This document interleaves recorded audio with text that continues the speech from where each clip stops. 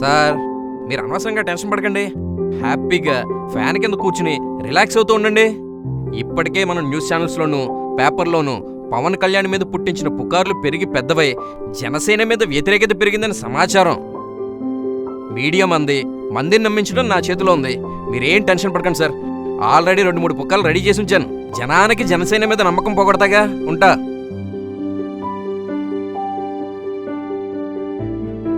నాన్న ఒకసారి మీ పెన్ ఇవ్వరా? ఆ పెన్ను వద్దులే, నేను ఇస్తానురా. నాన్న ఇస్తున్నారు కదా, ఎందుకు వద్దన్నావు? మీ నాన్న పెన్ను నిండా అవినీతి నిండిపోయి నీతి జాతి లేని పదాలు బయటకు వస్తున్నాయి. ఈ వయసులో నీకు అవద్దులే. ఓయ్ ఏంటో అవుతున్నావు? నిజమేగా, ఒక జర్నలిస్ట్ తన జేబులో పెన్ను పెట్టుకునేది బాధల్లో ఉన్న ప్రజల జీవితాల్ని సరిదిద్దడానికి. కెమెరా పట్టుకుని తిరిగేది నిజాల్ని అవినీతి రంగుల్ని ప్రజలకు చూపించడానికి.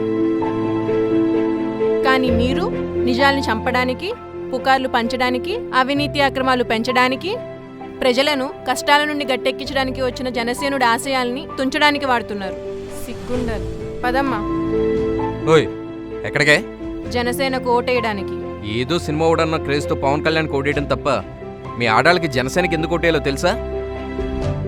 మహిళలకు రాష్ట్ర అసెంబ్లీలో 33% రిజర్వేషన్ కల్పించి, పంచాయతీరాజ్ సంస్థల ఎన్నికల్లో స్వయం ఉపాధి సంఘాల మహిళలకు అవకాశం కల్పించి, ప్రైవేట్ సంస్థల్లో పనిచేస్తున్న రెల్లికుల వనితలకు ఉచితంగా స్కూటీ, ఉచిత గృహ సదుపాయం, గృహిణులకు ఉచిత గ్యాస్ సిలిండర్లు, రేషన్కి బదులుగా ప్రతి నెల 2,500 నుండి 3,500 వరకు మహిళల ఖాతాలో జమ చేయడం, ప్రతి జిల్లాలో ఒక మహిళా బ్యాంకు, ఒక మహిళా ఆరోగ్య స్పెషాలిటీ హాస్పిటల్, ఉద్యోగాలు చేస్తూ పిల్లల్ని చూసుకోవడానికి ఇబ్బంది పడుతున్న వాళ్ళ కోసం క్రెచ్లు, అంటే పగటిపూట పిల్లల్ని జాగ్రత్తగా చూసుకునే సెంటర్లు, ఒక అన్నలా ఒక తమ్ముడిలా ప్రతి ఆడపడుచుకి సంక్రాంతికి చీర పెట్టి గౌరవించడం.